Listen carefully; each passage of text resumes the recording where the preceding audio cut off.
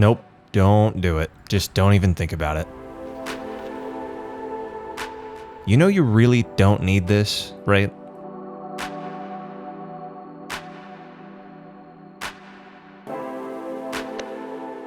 Of course you did, didn't you? Really, I'd expect nothing less.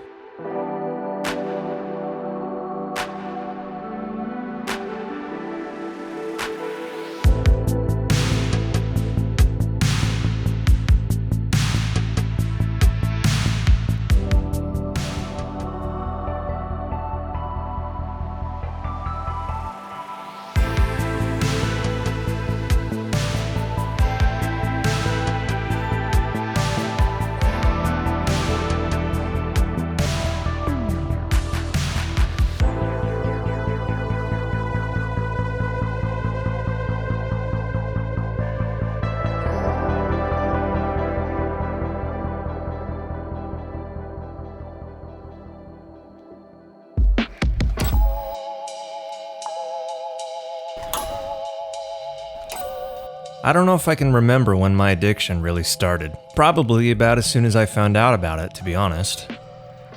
An endless marketplace. What's junk to one may be treasure to another. Sometimes the stuff is actually terrible, but other times there's gems. And as someone who sees potential in almost anything, that's a pretty dangerous place. For the last couple years of my life, that's exactly how I saw it too. A place to simply window shop for interesting bargains.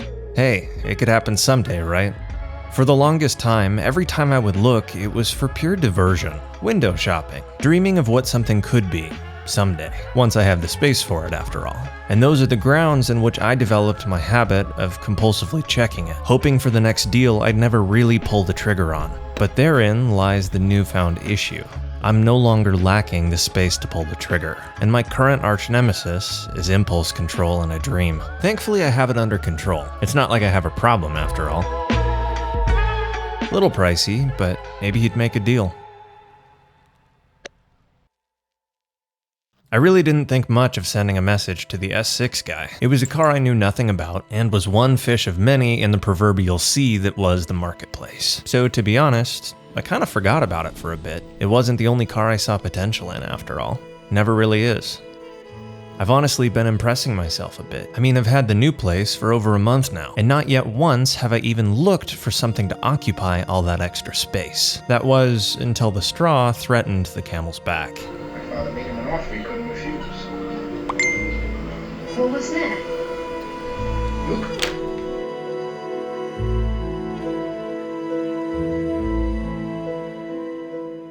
Do I really need another project though? Is it even a good deal? Is now really the right time? That's what I should have been asking, but sadly I wasn't. Blinded by potential, I only had one question on my mind.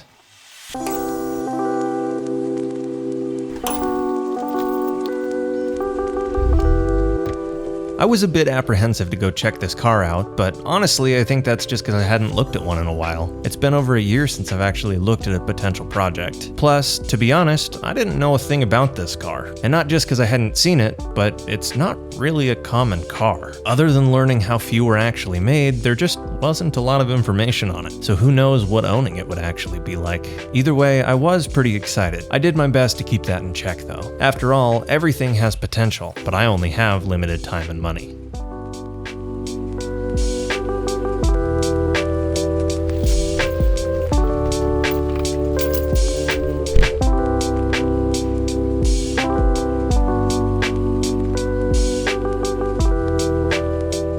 I met the guy, checked out the car, and honestly, it was pretty sweet for what it was. The asking was a bit more than I should probably spend right now though. So other than throwing out a really low price that would make sense for me, that's kinda where I left it. A cool car that I got the chance to see in person. There's probably better uses of my money out there anyways. Plus, I didn't cave. I controlled my impulse. I didn't randomly buy a car I knew nothing about. And after one stop on the way home, I ended the day proud of myself. Maybe this isn't really an addiction after all. I busied myself the next couple weeks, really trying to convince myself that I didn't have a problem. I'm not addicted to finding bargains, and I don't get distracted by potential and ignore reality. That's right, from here on out, I'm only gonna buy things I absolutely need. Like a mower, right? The grass isn't gonna stop growing, so this definitely isn't an impulse purchase. Might as well get one that comes in stick, too. Couple $100 for a childhood dream? Who wouldn't say that's a bargain?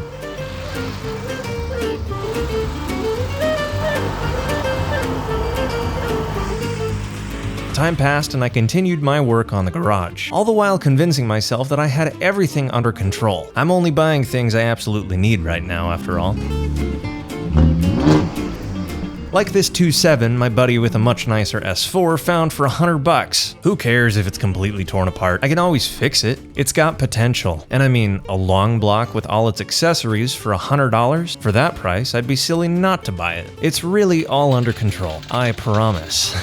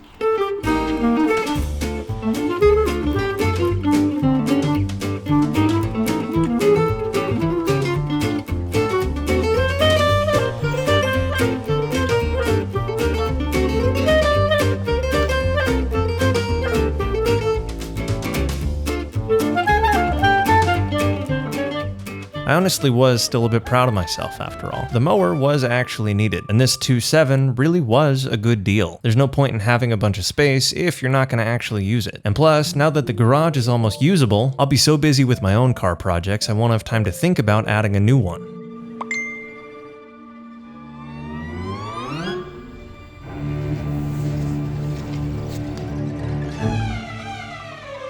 I really didn't need this car. I knew that, but he accepted my really lowball offer. And do I even have the willpower to say no to a deal that practically landed in my lap?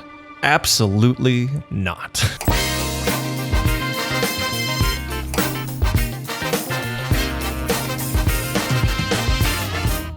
I went to the bank and I took out the exact amount I'd need. I double checked it and then I was off to make a totally not impulse purchase. It's got potential after all, and pay no mind to the fact my friend is helping me tow it. Part of the potential after all.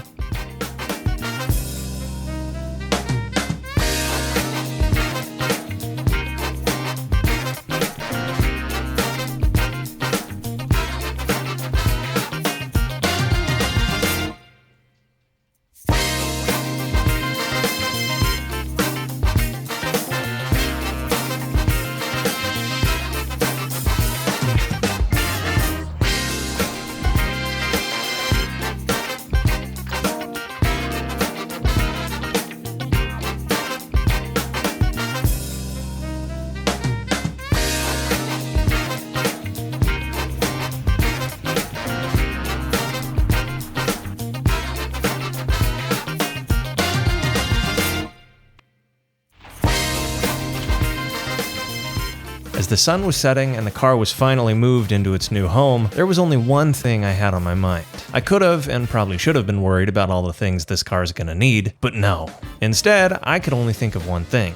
I own an Avant again, and that is worth celebrating. What even is it though, and why is it kinda cool? The next morning, I walked outside and saw the car for what it really was. A 2002 Audi C5 S6 Avant. And even though the bumper's currently sitting in the garage, it does have potential. I mean, it's the only car I own with decent paint. Yikes.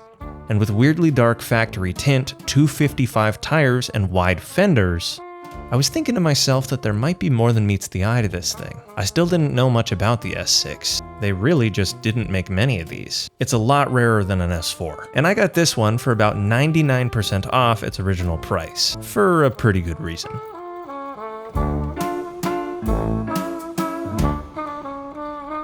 This car was having some engine issues, and the previous owner decided to try and fix it himself. The issue is once the car came apart, he realized how expensive the broken parts were and never put it back together. So really, did I buy a car, or did I buy a Lego kit with no instructions? Only time will tell what it really is. Either way, not running, this car's worth multiple times more than what I paid for it. And even if the engine can't be fixed, still worth more than what I spent. Especially since, other than the engine being torn apart, it's honestly pretty nice. I mean, it's basically a time capsule, which for how old it is absolutely crazy. There's a single tear in one seat, and it only comes in automatic, but those are fixable issues. It's a direct bolt-on S4 manual swap. So maybe this car is worth fixing.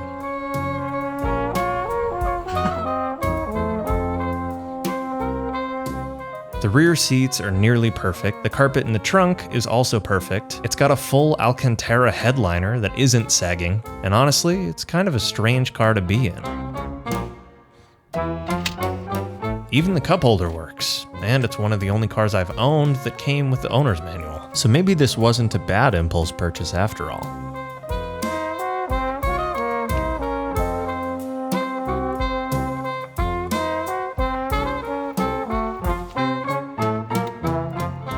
Why was it torn apart to begin with, though? And what kind of engine does it even have? Both of those tie back into what this car is. It's an S6, not an A6. It doesn't have a V6, it has a V8 specifically made for this car. Well, it's a specific variant for this car. A 340 horsepower, 4.2 liter V8. And the best part about it is not an engine with a timing chain. This is a timing belt V8. No engine out timing service, in other words. All those components are easily accessible on the front, and it's a notoriously reliable engine. The only big issue these run into is exactly why it's torn apart to begin with. Allegedly, the cam tensioners went out. Something in them failed internally, and they're probably not holding oil pressure. But that's fixable. And at the very, very, very worst, if this motor is indeed toast, it can either be rebuilt, or this chassis can hold something else. There's a lot that would fit in here. People have done RS6 conversions with the twin-turbo V8, and they've even crammed the V10 in here, all of which would work with an S4 manual. So in other words, this car has nothing but potential.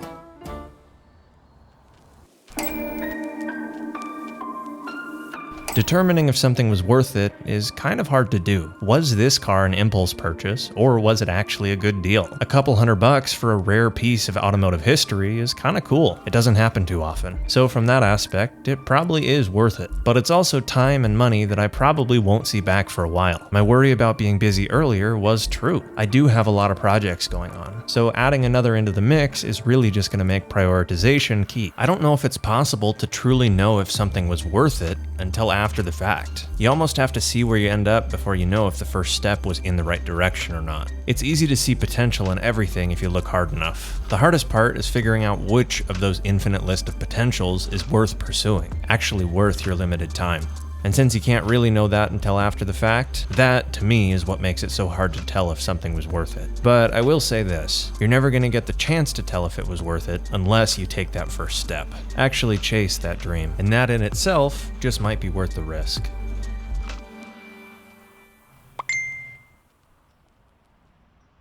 That's the other part of this story, though.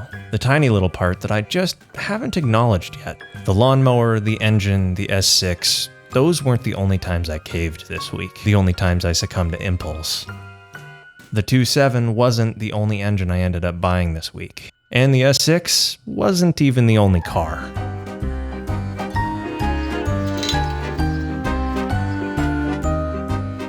Right now, it's less about is the S6 worth it? It's more about which of the two new projects is more worth it, and where do I even start? Maybe I do have a problem.